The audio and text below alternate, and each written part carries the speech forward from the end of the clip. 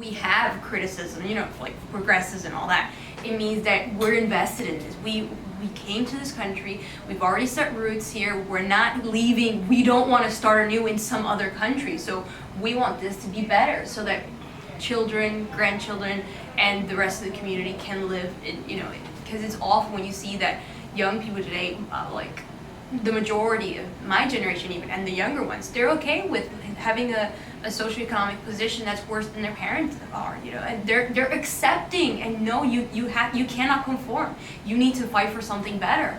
That's why in Chile, for instance, you guys have seen the protests and all that.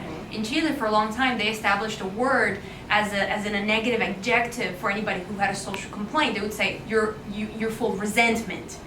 Yes, I'm resented. Yes, I'm angry about it. I want something better. I take no shame in that. And you know, I don't care about you. You want to call me a resentida. And you're running against? Ballard for District 25. I've lived my whole life practically. When I came here at 6, you know, after all that, I've always been in District 25. And it's a very complex district. It's got rich people, poor people, Republicans, Independents, Democrats. It's very purple.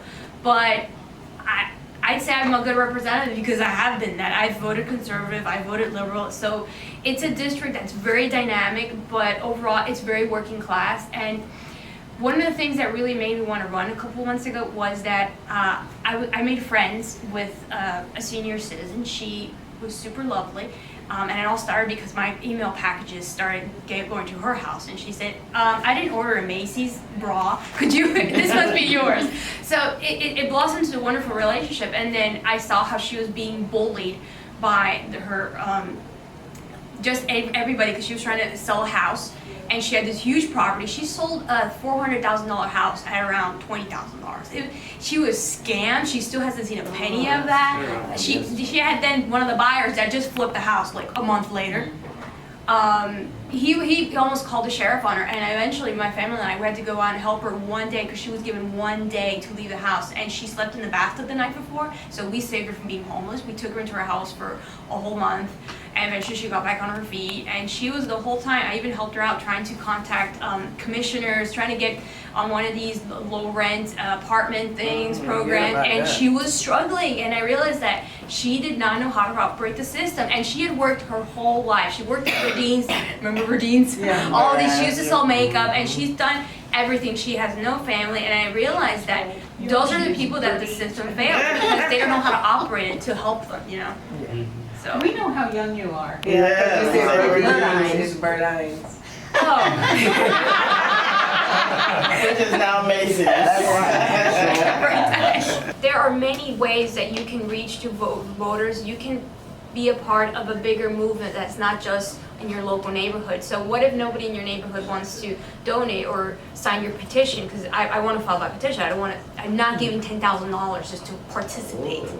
You know, so that's something that can be done nowadays. You can get other people involved, other activists, because this has become a struggle that goes outside of your district, and there's this push by young people that say that know that if we didn't do something within 12 years, you know, the whole environment thing, you can't undo these things. So you just have to make sure you connect with other people and use today's technologies, for instance, because in the last decade I have used the Facebook platform, I've used Twitter, I've used all the social media things, and you can effectively break people's bubbles. And you can speak to a demographic, especially in Hialeah, that is unsatisfied with how they're being treated. Because Ballard, he may say one or two nice things, sure, and what you say is true. People say, well, he doesn't bother us. But he is bothering them right now because Cuban remittances are being attacked. There is a push so that we can't even send money to our families over there. My grandparents are struggling to find penicillin, antibiotics, cholesterol medication at the pharmacy. And nowadays, thanks to technology, people are communicating more than ever with their family over there. And they realize that if the current administration, and Ballard totally supports this, is targeting their family on the island, they're basically targeting them as well, because the Cuban population of South Florida has changed dramatically. It's not just now the early migration that came in the 60s. Nowadays you have Cubans that may be even very critical of the system, but they want to be in touch with their family. They want to be able to travel with American Airlines, and now that was just forbidden a couple days ago. Now you have to exclusively travel by chartered airplanes.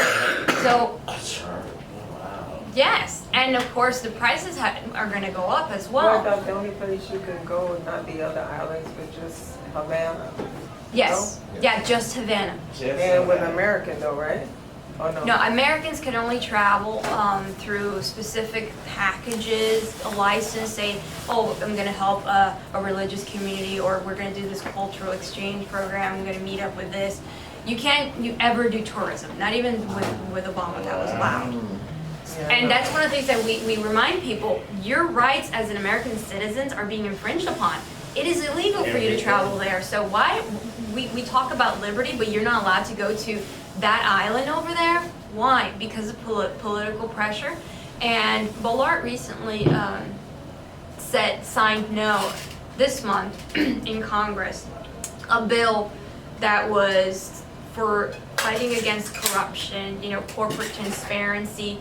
If people in my district understood the kind of policies that he supports or ignores, they would get to know his candidate better and realize that you can't afford to just say, oh, well, this is the standard familiar face, because things are going to change. We are this close to having a serious economic situation, this close to having horrific hurricanes. I mean, you've seen what's happening now with little Haiti properties going up. This is something that's very real, and here in South Florida, we are forced to take action. We can't just sit back and say, oh, well, I'm going to let the professional politicians take care of this. No, my campaign is basically going to try to get thousands of people that are registered to vote but refuse to go out.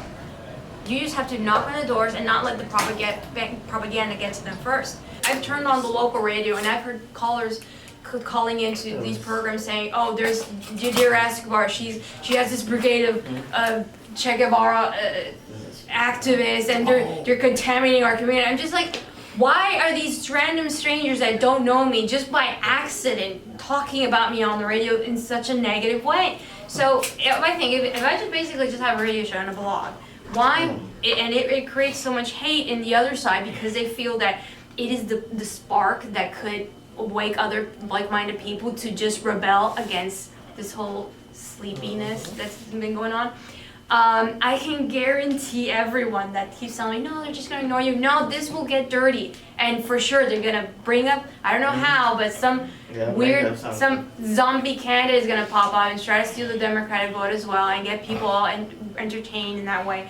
But I don't think that's going to work, because if anybody wants to vote slightly blue, they're not going to want some lukewarm candidate that just says the same old tired things, because if they would just stay home, right? So I think that even if it gets dirty, even if they resort to the typical tactics to try to ignore a community representative, somebody actually from the people, not a politician that's saying, oh, I have this photo op with people and I've had a meeting or two, and so I know what the community wants. No, I am 100% for the community. I've had the afl-cio turn off my lights. I know what it is to struggle in this community. And I think that if we can get enough people on board by knocking on their doors, you're reaching out to them first so that they can see you, that you're a real person, and not what the propaganda maybe 2 weeks later will get to them on social media or whatever. So you can engage with them, but it's a really great experience, and I'm more than excited to just already have my team, because I have 5 brothers. And they're all on board. I already have my communications director, I already have my photographer, my social media guys, so they're all gonna part-time help me with this, because they're young. They don't have health insurance, and their friends talk about being depressed and hopeless all the time. I don't want Generation Z to be talking like that. I want people to be as angry and hopeful at the same time, because they were also very naive, as the young people were in the counterculture era. I want people to be involved, not to be just stuck in a virtual reality and letting the political elites just run the real world, because Zuckerberg's people, his children don't have tablets. You know, you ever find out how all the rich, they always put away phones and don't let their kids deal with technology? Why? Because they take them out to real parks. They take them out onto the real world and to the beaches and hiking in the mountains and all that. So that's not fair. I want every single person from Generation Z to have a chance to get a good job, get education and all that. So this will be really exciting. I'm dedicating 2020 to all of this. My personal life, what is that right now? It's just the campaign. I will live and breathe for the campaign.